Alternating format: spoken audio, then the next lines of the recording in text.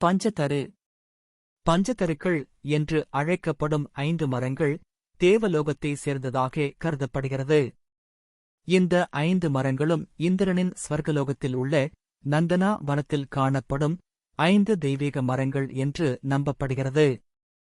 இந்த பஞ்சதருக்களைப் பற்றி இப்பொழுது ஒவ்வொன்றாக பார்க்கலாம்.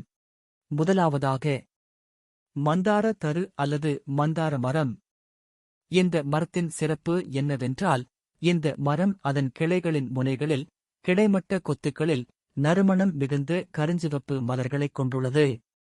இந்த மரத்தின் நிழல் உடல் உபாதைகள் மற்றும் மன அழுத்தங்களில் இருந்து விடுபட உதவுவதாக நம்பப்படுகிறது.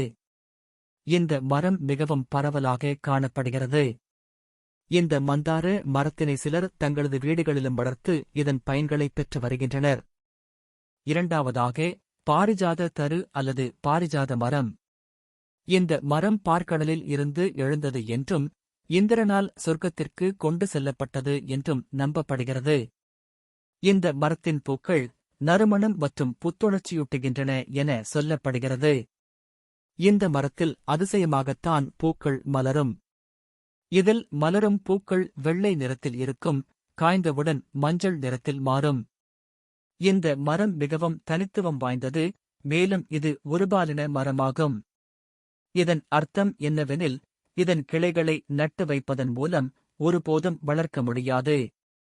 மேலும் இந்த மரம் விதைகள் மற்றும் பழங்கள் எதையும் உற்பத்தி செய்யாது. இந்த மரம் எவ்வாறு பூலோகத்திற்கு வந்தது என்பதை விளக்க சில புராண கதைகள் சொல்லப்படுகிறது. பகவான் கிருஷ்ணர் தனது மனைவி சத்யபாமாவை மகிழ்விக்க இந்த மரத்தை சொர்க்க லோகத்தில் இருந்து துவாரகைக்கு கொண்டு வந்தார் என்றும், பகவான் கிருஷ்ணரின் மறைவுக்குப் பிறகு துவாரகை கடலில் மூழ்கிய பின்னர் பாரிஜாத மரம் மீண்டும் ஸ்வர்கலோகத்திற்கு இந்திரனால் கொண்டு செல்லப்பட்டது என்று சொல்லப்படுகிறது. அதேபோல மகாபாரதத்தில் பாண்டவர்கள் தன் தாய் குந்தியுடன் வனத்தில் வசித்தபோது குந்திக்கு சிவபெருமானை பூஜை செய்வதற்கு எந்த மலர்களும் கிடைக்கவில்லை. இதனால் அர்ஜுனன் தேவேந்திரனை வணங்கி பாரிஜாத மரத்தை அழிக்கும்படி கோரினார். இந்திரனும் தனது புதல்வனின் வேண்டுகோளுக்கிணங்க பாரிஜாத மரத்தை வழங்கினார்.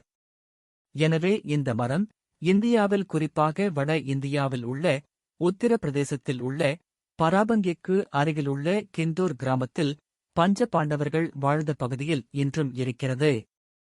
மேலும் இந்த உலகத்திலேயே ஒரே ஒரு மரம் மட்டுமே, அதுவும் இங்கு மட்டும் இருப்பதாக நம்பப்படுகிறது. ஆஞ்சநேயர் இந்த மரத்தின் வேரில் வசிப்பதாக நம்பப்படுகிறது. மேலும் இந்த பாரிஜாத தரு மூல வாசினம் என்றும் போற்றப்படுகிறது. இந்த மரத்தின் சிறப்பை அறிந்த இந்திய அரசு இந்த மரத்திற்கு தபால் தலை ஒன்றை வெளியிட்டு உள்ளது. இந்த மரத்தின் வயது கிட்டத்தட்ட 6000 வருடங்கள் என்று கூறுகிறார்கள். ஆனால் ஆராய்ச்சியாளர்களோ இந்த மரத்தின் வயது 800 மட்டுமே என்று உறுதிப்படுத்துகிறார்கள். மூன்றாவதாக சந்தனகா தரு. இந்த மரத்தின் அடையாளம் தெளிவற்றதாகவே உள்ளது. இந்த மரமும் ஒரு அதிசய மரமாகவே கருதப்படுகிறது. இதன் இலைகள் ஆண்களுக்கு கருவுறுதலை ஊக்குவிப்பதாக நம்பப்படுகிறது. நான்காவதாக ஹரிசந்தன தரு அல்லது சந்தன மரம். இந்த மரம் அழகிய மணம் கொண்டது. இது அதன் நறுமணம் மற்றும் குளிர்ச்சி விளைவிக்கும் தன்மைக்காக பிரபலமானது. இந்த மரம் தீய சக்திகளை விரட்டும் என்று நம்பப்படுகிறது. ஐந்தாவதாக கல்பதரு. இந்த மரம் கல்பதரு அல்லது கல்ப விருக்ஷா அல்லது கல்ப மரம் என்றும் அழைக்கப்படுகிறது. இந்த மரம் தங்க நிறத்தில் பட்டைகளையும் மற்றும் செம்பு நிறத்தில் இலைகளையும் கொண்டிருக்கிறது. இந்த மரம் நித்தியத்தின் மரம் என்றும் அழைக்கப்படுகிறது. தன்னிடம் வேண்டுபவர்களின் விருப்பத்தை நிறைவேற்றும் சக்தி இந்த மரத்திற்கு உள்ளதாக குறிப்பிடப்படுகிறது. புதிதாக திருமணம் ஆன தம்பதிகள் இந்த மரத்தில் கயிறை கட்டி வேண்டிக் கொண்டால் நினைத்தது நடக்கும் என்று நம்புகிறார்கள். இந்த மரத்தை தீண்டுவதால் வலி, துக்கம், சோர்வு போன்றவற்றிலிருந்து விடுதலை அளிக்கும் என்று கூறப்பட்டது.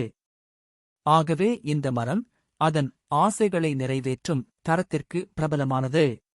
நன்றி நண்பர்களே.